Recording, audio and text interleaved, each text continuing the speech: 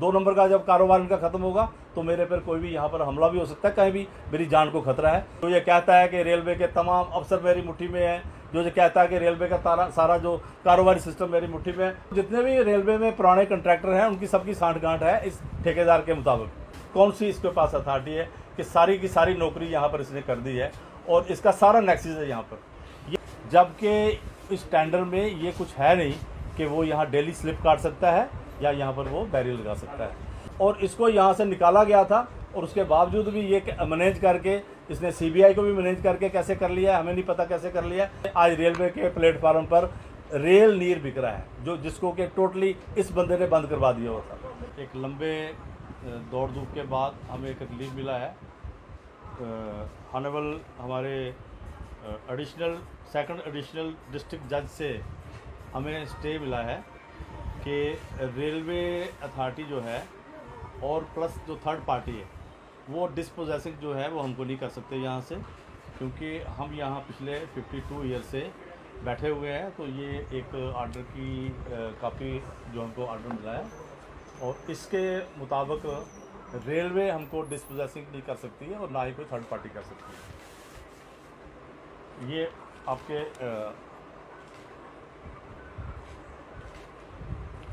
तो ये एक बहुत बड़ी रिलीफ जो है आज ट्रांसपोर्टर्स को यहाँ पर मिली है। मैं ये समझता हूँ कि ये लोगों को जो हक मिलना चाहिए था वो किसी न किसी तरीके से भगवान ने हमें ये हक दिया है कि हम पिछले 52 साल से अगर इधर बैठे हैं तो हमारे कारोबार को कोई भी यहाँ पर अथॉरिटी वो डिस्टर्ब ना करे। रही बात ठेकेदार जो कॉन्ट्रैक्टर हैं उनकी प्रेस कॉन्फ्रेंस हमने देखी है। देखिए प्रेस कॉन्फ्रेंस में आप लोगों की तरफ से भी उनको था कि आप लोग वहाँ पर जाके उनको कांटेक्ट क्यों नहीं करते हो जो वहाँ पर हम लोग बैठे हुए हैं। तो ठेकेदार ये कहता है कि उसको हमारे पास आने की ज़रूरत नहीं है, क्योंकि ठेकेदार का एक ही मौजू था कि वो यहाँ पर नीचे बैरियर लगाना चाहता है और पर्ची काटना चाहता है, और वो भी एक मतलब कि पुलिस की मदद से या इसकी अथॉरिटी की रेलवे अथॉरिटी की मदद से। जबकि इस टेंडर में ये कुछ है नहीं कि वो यहाँ डेली स्लिप काट सकता है या यहाँ पर वो बैरियर लगा सकता है। तो जिस वजह से हमने जिस दिन ये बात हुई थी हमने उस दिन उनको कहा था, रेलवे अथॉरिटी को भी और जो यहाँ के एडमिनिस्ट्रेशन है उन्होंने भी कहा था कि नीचे ये लोग इसका सिविल वर्क करेंगे, आप इसमें इंटरफेयर नहीं करेंगे। हमने कोई इंटरफेयर नहीं किया, उसने सिविल वर्क ही नहीं यहाँ पे शुरू किया। इस टेंडर में अगर ठेकेदार ने कलेक्शन करनी है तो सबसे पहले उसको यहाँ का जो नीचे टाइल लगानी है पूरा पक्का करना है और उसके बाद वो शुरू करेगा। लेकिन वो इस साइड जा नहीं रहा है, वो सिर्फ वो बैरियर लगाने की सोच रहा है। और आज जो हमको ये स्टे मिला है ये 19/9 को ये डिक्लेयर हुआ है हमारा फैसला। कल इसकी कापी हमको मिली थी और इसके मुताबिक हमको अभी रेलवे और प्लस ये थर्ड पार्टी जो है डिसपोजेस नहीं कर सकते यहाँ से। ये हमारा पोजेशन है और जिसको ये रेलवे मान नहीं रहा था। रेलवे कह रहा था कि हमें बाहर निकालना है, रेलवे कह रहा था कि हमारे बिजली पानी काटना है, बिजली पानी अभी भी कटा हुआ है। इस आर्डर के बावजूद भी बिजली पानी कटा हुआ है और हम अथॉरिटी को अप्रोच कर रहे हैं कि हम कंटेम्प्ट करेंगे, क्योंकि हमारा अगर यहाँ पोजेशन है तो बिजली पानी आप कैसे काट सकते हो जबकि हम इसका चार्जेस दे रहे हैं। तो मैं आपके माध्यम से ये बताना चाहता हूँ कि ठेकेदार की ये सोच है कि वो टेंडर की शेप चेंज करना चाहता है, टेंडर को ही चेंज करना चाहता है।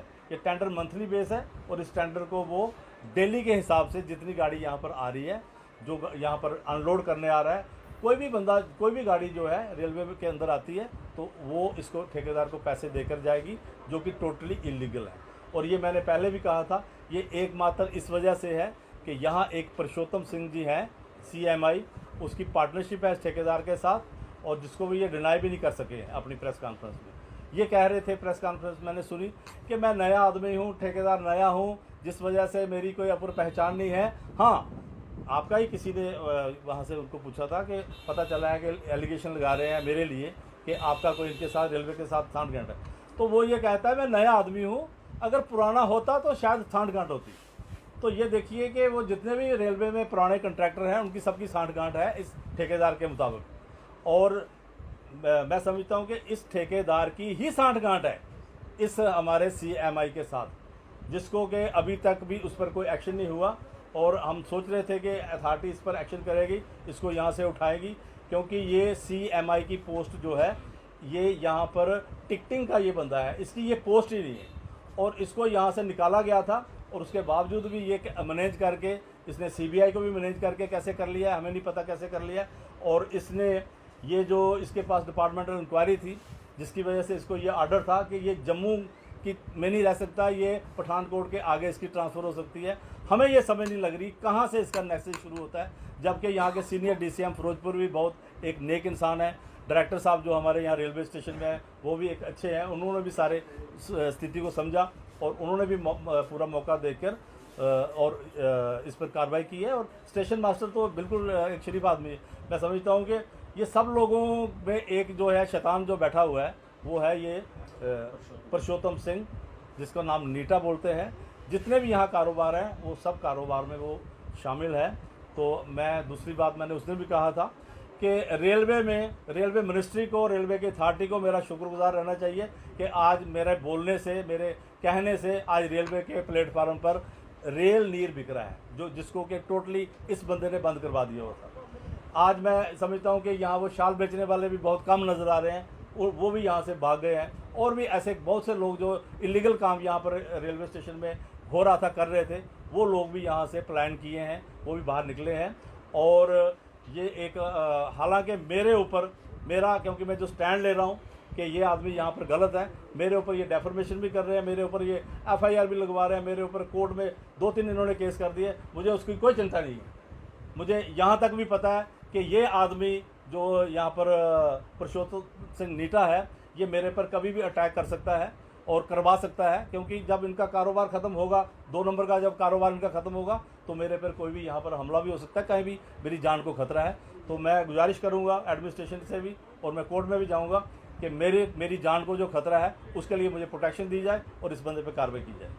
मैं एक तो इनके ऊपर ये जा रहा हूँ कि मेरी जान को खतरा है, और दूसरा ये मैं विजिलेंस में केस दे रहा हूँ कि इस आदमी पर कौन सी इसके पास अथॉरिटी है कि सारी की सारी नौकरी यहाँ पर इसने कर दी है, और इसका सारा नेक्सस है यहाँ पर। ये यहाँ पर आई वॉश करने के लिए जब इसकी ट्रांसफ़र होती है 10 दिन के बाद दोबारा ये CMI लग जाता है यहाँ पर, जबकि ये CMI की पोस्ट पर के भी वो एलिजिबल नहीं है। तो ये मैं समझता हूँ कि इसका जो नेक्सस टूटना चाहिए, और रेलवे जो इसके शिकंजे में फंसा हुआ है, जो ये कहता है कि रेलवे के तमाम अफसर मेरी मुट्ठी में हैं, जो ये कहता है कि रेलवे का सारा जो कारोबारी सिस्टम मेरी मुट्ठी में है, मैं इसकी मुट्ठी खोलना चाहता हूँ। और वो भी मैं आपके ज़रिए ये बताना चाहता हूँ कि इस सब के पीछे ये मेरे को मतलब कि खतरा है इस चीज़ का कि ये मेरी जान लेने के लिए भी कोई कसर नहीं छोड़े। ये हमारा 19 का जो ऑर्डर आया है, ये कल जो 19 को आया, कल इसकी कापी मिली है।